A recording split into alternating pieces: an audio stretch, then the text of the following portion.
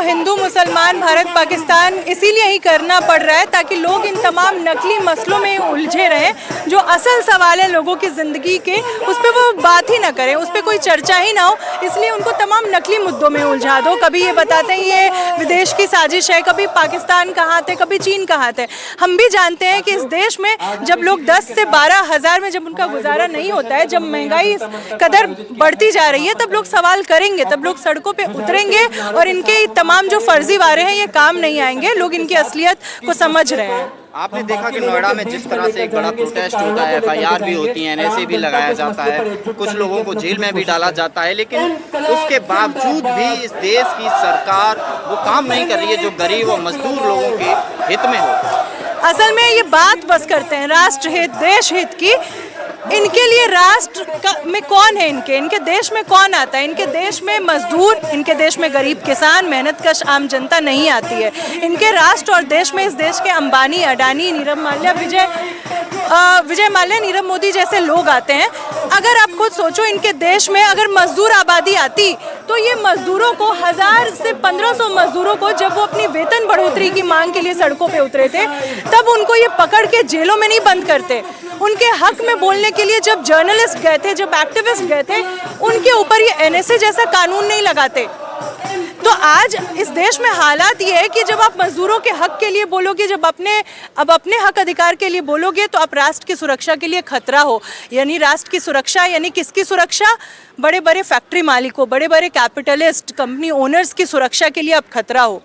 यानी मजदूर चुपचाप गुलामों की तरह काम करने के लिए मजबूर होते रहे, आम जनता महंगाई बेरोजगारी का दंश झेलती रहे, आधे पेट खाना खा के अपना गुजारा करती रहे, तो बहुत अच्छी बात है। लेकिन इनके खिलाफ नहीं बोले, इनके खिलाफ बोलेगी तो ये NSA लगाएंगे, ये फर्जी मुकदमे लगाएंगे। लेकिन ये आप कितने दिन करोगे, आप कितने लोगों पे करोगे? लोगों ने बड़े से बड़े जो इस तरह के तानाशाह थे, बड़े से बड़े इस तरह के जो भी रिप्रेसिव सत्ताएं रही हैं उसके खिलाफ बोला है, सैकड़ों कुर्बानियाँ दी हैं, लेकिन उसके बाद भी सरकारों को झुकने के लिए मजबूर किया है। तो आज भी जब इस तरह का दमन हो रहा है, जब सरकार द्वारा इस तरह के अत्याचार हो रहे हैं, तो लोग बोल रहे हैं और आने वाले वक्त में ये काफिला और बढ़ेगा। लोगों के विरोध, उनका ये गुस्सा सड़कों पे उतरेगा और वो बोलेंगे इसके खिलाफ। इस सरकार के पास एक ही इनका टूल किट है। इनका टूल किट यही है कि हर मसले को हिंदू मुसलमान में बांट दो, हर मसले को भारत पाकिस्तान, कभी चीन को ले आओ, कभी विदेशी साजिश बता दो, ताकि वही असल चीज़ ही लोगों के सामने ना आ पाए। जबकि बात तो नेता मंत्रियों का काम होना चाहिए कि भाई लोग जिन समस्याओं की बात करें आप उस पर काम करो, आप महंगाई खत्म करो, आपने 2 करोड़ रोजगार का वायदा किया था, आप लोगों को वो मुहैया कराओ, पेट्रोल डीजल की कीमतें कम हो, आप ये सुनिश्चित करो। लेकिन ये सरकार ही नहीं कर रही है। सरकार का जो काम नहीं होना चाहिए था वो आज ये पूरे तौर पे कर रही है। यानी पूरी राजनीति ही धर्म के नाम पे की जा रही है। असल में जब भगत सिंह, सुखदेव, राजगुरु ने जब आज़ादी की बात की थी तो उनकी आज़ादी का मतलब एक ऐसा समाज था जहाँ धर्म और राजनीति बिल्कुल अलग अलग हो। कहीं भी धर्म के नाम पे राजनीति ना हो, राजनीति को धर्म से अलग रख।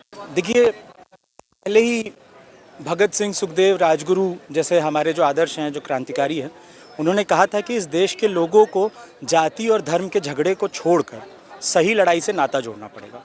और ये जितना जल्दी हम लोग सीख जाएंगे एक देश के तौर पे, इस देश के 80% वो लोग जो सुई से लेकर जहाज़ तक सब कुछ बनाते हैं, जो 11,000 12,000 रुपये पे गुजारा करने को मजबूर हैं, वो लोग जितना जल्दी ये सीख जाएंगे, समझ जाएंगे, इसको गांठ बांध लेंगे, उतना जल्दी अच्छा है। क्योंकि ये देखिए, ये अंग्रेज़ों की चाल थी और आज जो ये हुक्मरान है ये काले अंग्रेज़ों से अलग नहीं है कुछ। ये काले अंग्रेज़ हैं जिनको हमारे क्रांतिकारियों ने कहा था कि काले अंग्रेज़ आएंगे तब भी देश का भला नहीं होगा। तो ये काले अंग्रेज़ हैं और ये हर तरह से लोगों को लूट कर अपने जो इनके बड़े बड़े धन्ना सेठ हैं, जो अडानी अंबानी है, उनके जेब में प्रॉफिट भरता रहे, ये सुनिश्चित करना चाहते हैं। तो इसीलिए लोगों को आज ये नारा याद कर लेना चाहिए, हिंदू मुस्लिम सिख ईसाई सबको मार रही महंगाई।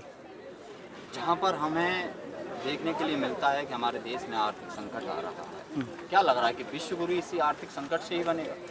देखिए, ये आर्थिक संकट तो इन्हीं सबकी नीतियों की वजह से है। और इस आर्थिक संकट में जब मुनाफा पीटना होता है तब तो ये अपनी तिजोरियों में डालते हैं पैसा और लोगों को निचोड़ने में लगे रहते हैं।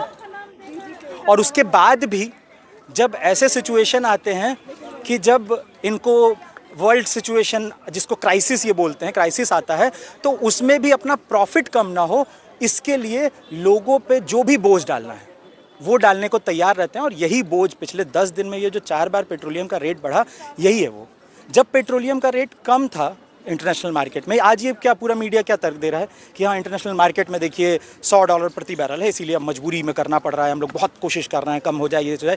ये सारी बहुत ही, अगर ये बात आप कह रहे हैं तो आपको ये बताना होगा कि जब 30, 40, $50 प्रति बैरल रेट था अभी से कुछ सालों पहले, तब क्या आप पेट्रोल के रेट कम कर रहे थे? नहीं कर रहे थे। उस समय भी पेट्रोल का रेट बढ़ रहा था, और उस समय पेट्रोल का रेट बढ़ रहा था और आप अंधा मुनाफा कमा रहे थे। तो आज अगर आपके इंटरनेशनल सिचुएशन की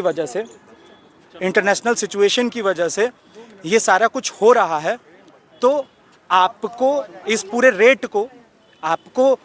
पूरे रेट में जितना भी जो भरपाई करनी है वो उनके जेब से कीजिए जिन्होंने मुनाफा पीटा था। क्या विदेश नीतियाँ फेल है क्या भारत का? देखिए, विदेश नीतियों के नाम पे तो जो पिछले कुछ दिनों में हो रहा है वो तो सबके सामने ही है। मतलब दुनिया में अंधेरगर्दी मचती है और हमारे देश के ब्यूरोक्रेट, हमारे देश के नेता उस पर चू भी नहीं कर पाते हैं। तो आज ये जिन सिचुएशंस की वजह से, और ये दबाव बेसिकली उनको अपने प्रॉफिट का दबाव है।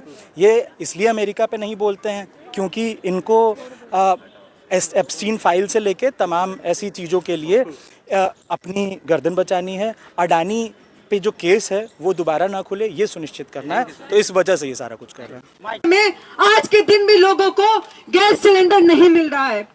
आप मजदूर इलाकों में चले जाइए जहां लोग किलो के हिसाब से सिलेंडर भरवाते हैं, वहां 300-400 रुपए किलो के हिसाब से सिलेंडर भर रहे हैं। लेकिन इस सरकार के कान पर जू तक नहीं रेंग रहा है।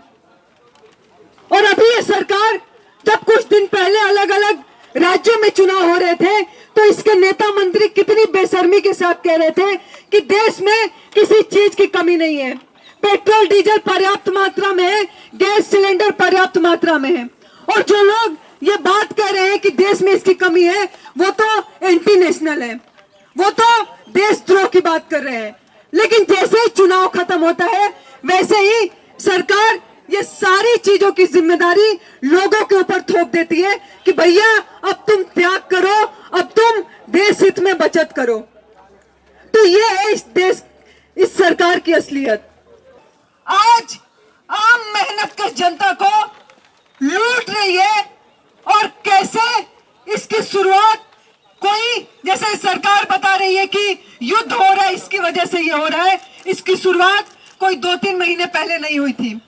इस सरकार की जो पूंजी परस्त नीति है, उसी की मार आज आम मेहनत का जनता झेल रही है। Gas cylinder 1000